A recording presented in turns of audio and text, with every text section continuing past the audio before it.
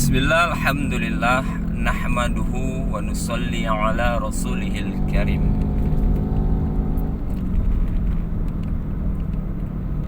Kita semua adalah da'i dan da'iyah yang telah dipilih oleh Allah Subhanahu wa ta'ala.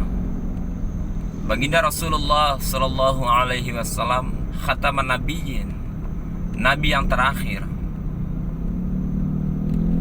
Tangisan darah hari ini kita keluarkan, doa istima'iyah, doa bersama kita seluruh umat Islam meminta agar diturunkan kembali Nabi, maka Allah tak akan pernah turunkan. Karena Allah SWT telah katakan bahwa Rasulullah SAW khataman Nabi, Nabi yang terakhir. Tapi Allah SWT katakan, walaupun nabinya Nabi yang terakhir, tapi kerja Rasulullah SAW diamanahkan kepada kita da'i dan da'iyah. Apa kerja Rasulullah SAW? Yaitu dakwah, mengajak umat kepada Allah Subhanahu wa ta'ala, mengajak seorang hamba mengenal Allah, mengetahui perintah Allah, mengetahui apa larangan Allah, sehingga mudah untuk mentaati daripada perintah dan menjauhi daripada larangan. Ini kerja baginda Nabi SAW, dan ini kerja hari ini diamanahkan, diwariskan kepada kita umat Rasulullah SAW. Apa keuntungan hari ini ketika kita menjadi da'i Allah Subhanahu wa ta'ala? Apa keuntungan kita menjadi da'i Allah Subhanahu wa ta'ala? Sebagai contoh, seorang muazin adalah da'i yang dakwahnya paling sempurna. Allahumma rabba hazihi da'wati tammah. Jadi muazin ini penyeru da'i yang dakwah paling sempurna, dakwahnya paling sempurna. Jadi Allah SWT berikan kelebihan kepada da'i dibandingkan abid. Ada beberapa kelebihan yang Allah SWT berikan.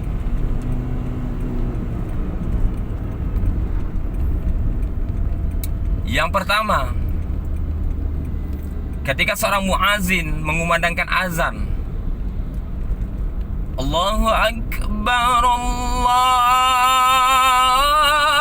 Akbar, dikumandangkan oleh muazin takbir kebesaran Allah Subhanahu wa ta'ala, maka di saat itu iblis, setan berlarian. Dikatakan dalam kitab, ketakutannya iblis-iblis, syaitan-syaitan sampai lari masuk ke dalam WC, lari ke lautan, ketakutan dengan seorang mendengar suara muazin mengumandangkan azan, mendengar suara seorang muazin sedang berdakwah, mengajak orang untuk taat pada Allah, melaksanakan perintah Allah Subhanahu wa ta'ala. Hayya 'alas shalah. Muazin mengumandangkan ayo salat. Dia telah mengajak, karena dia da'i yang paling sempurna, mengajak orang untuk sholat. Hayyalas sholah, mari kita sholat. Ayo kita sholat. Hayyalal falah, mari kita meraih daripada kemenangan. Ini yang kedua, seorang da'i ketika dia jadi muazin akan ditakuti oleh syaitan dan iblis. Akan ditakuti oleh syaitan dengan iblis. Dari contoh seorang muazin, kenapa syaitan dan iblis sangat takut dan membenci daripada seorang da'i dan da'iyah? Orang-orang yang menyeru, mengajak orang untuk taat pada Allah, mereka sangat benci. Misalnya contoh seorang ayah dalam sebuah pernikahan, dalam rumah tangga, dia telah menjadi da'i.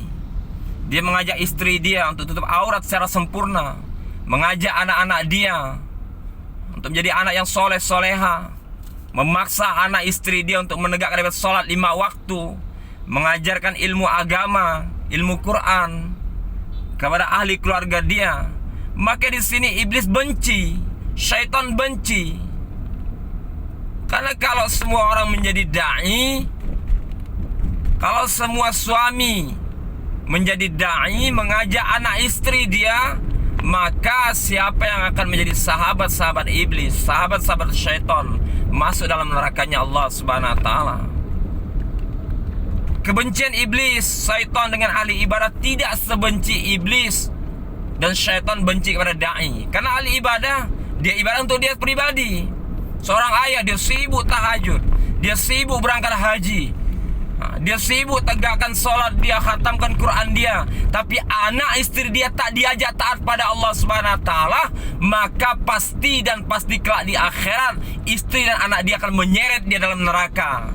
10 kali dia haji, setiap bulan khatam Quran, tahajud tidak pernah tinggal, tapi ketika anak istri tidak taat pada Allah Subhanahu wa taala, pasti kelak anak istri dia yang akan menuntut dia di akhiratnya Allah Subhanahu wa taala.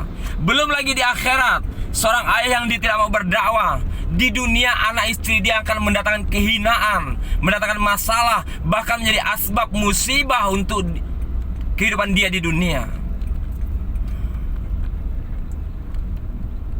Ini kelebihan yang Allah berikan kepada seorang da'i, ditakuti oleh iblis dan syaitan. Kemudian yang kedua, daripada muazin tadi, Masya Allah, tidak pernah ada seorang muazin setelah dia berdakwah, setelah dia mengumandangkan azan, kemudian dia tinggalkan masjid, dia tidak sholat berjamaah.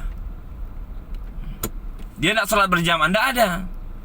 Maka hidayah yang pertama kali Allah SWT berikan adalah kepada seorang da'i ketika dia dakwah. Muazin ketika dia mengumandangkan azan, ketika dia berdakwah, maka hidayah di saat itu Allah SWT pertama kali berikan kepada seorang muazin untuk menunaikan perintah sholat, menegakkan sholat. Alhamdulillah kita hari ini belum pernah menemui seorang muazin setelah dia dakwah, mengumandangkan azan, kemudian dia pulang bertemu dengan dakwah masjid, ya kan, tidak menegakkan sholat. Pasti seorang muazin yang dia mengumandangkan azan, maka dialah orang pertama yang Allah berikan hidayah untuk menegakkan sholat berjamaah di masjid di mana azan dikumandangkan. Ini kelebihan seorang dai. Ketika dia dakwah, maka kekuatan amal pertama kali Allah SWT akan berikan kepada dia setelah dia melaksanakan ibadah dakwah. Kemudian bagaimana kita memahamkan daripada diri kita bahwa saya, istri saya, anak laki-laki dan anak wanita saya adalah da'i dan da'iyah. Tugasnya da'i dan da'iyah ini dakwah, mengajak. Dan cerita dakwah ini Allah SWT yang telah mencontohkan. Bukan hanya Allah perintah, tapi Allah mencontohkan. Innallaha yada'una ila Darussalam. Jadi Allah SWT, sesungguhnya Allah SWT ini mengajak kita ila Darussalam, kepada kampung keselamatan, itu surga. Jadi Allah mengajak kita untuk masuk dalam surganya Allah SWT. Allah da'i. Allah da'i, mengajak. Maka kita memahamkan diri kita bahwa saya ini da'i, istri saya da'iyah, anak laki-laki saya da'i, anak wanita saya da'iyah. Dan ini dakwah, tugas kita, bukan tugas mereka, tugas saya. Tanamkan pada diri saya, diri kita, mulai dari saat ini, bahwa dakwah ini harus saya kerjakan. Jelas sudah dalam Quran Allah Subhanahu wa taala sampaikan, kuntum khairu ummatin ukhrijat linnas ta'muruna bil ma'ruf wa tanhauna 'anil munkar wa tu'minuna billah. Kuntum khairu ummah, kalian adalah sebaik-baik umat, ukhrijat linnas, yang diturunkan untuk manusia. Kalian ini siapa? Saya, anak istri saya, ahli keluarga saya.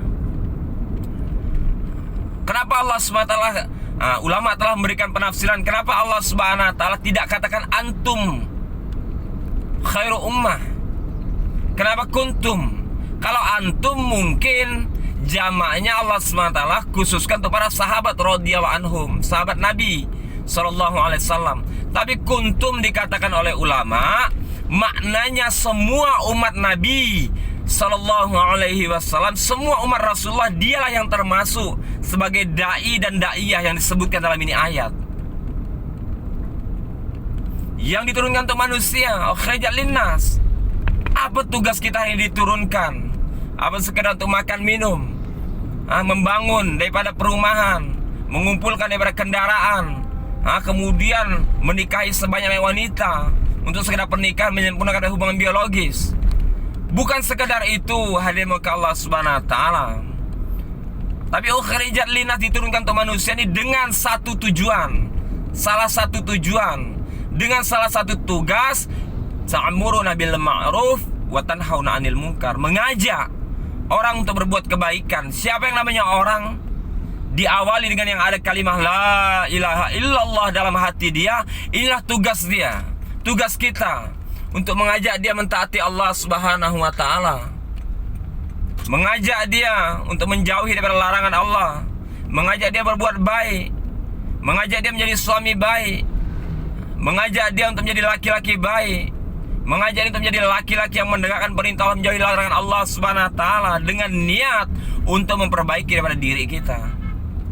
Untuk memperbaiki daripada diri kita. Setelah perintah dakwah, tugas kita yang pertama, baru Allah Subhanahu wa taala katakan, mudah kita beriman kepada Allah SWT. Sehingga ayatnya wa tu'minuna billah, dan beriman kepada Allah didahulukan dengan dakwah. Baru kita nih hadir maka Allah Subhanahu wa taala mudah untuk mengimani Allah Subhanahu wa taala. Kita boleh mengaku hamba yang beriman setelah kita menunaikan daripada perintah dakwah tadi, mengajak tadi. Dimulai daripada anak istri kita ajak untuk menunaikan daripada perintah Allah Subhanahu wa taala. Kita ajak untuk menunaikan daripada perintah Allah Subhanahu wa taala. Ya ayyuhallazina amanu qu anfusakum wa ahlikum nara. Wahai orang yang beriman kepada Allah Subhanahu wa taala, qu anfusakum, jaga diri kalian, wa ahlikum nara, dan ahli keluarga kalian daripada api neraka. Jadi perintah dakwah pertama untuk islah diri kita, memperbaiki daripada diri kita, menjaga diri kita untuk masuk dalam neraka di dunia maupun neraka yang sebenarnya di akhiratnya Allah Subhanahu wa taala, serta ahli keluarga kita dari wujudnya neraka di dunia dan kelak neraka di akhiratnya Allah Subhanahu wa taala. Ini perintah Allah Subhanahu wa taala. Semoga Allah Subhanahu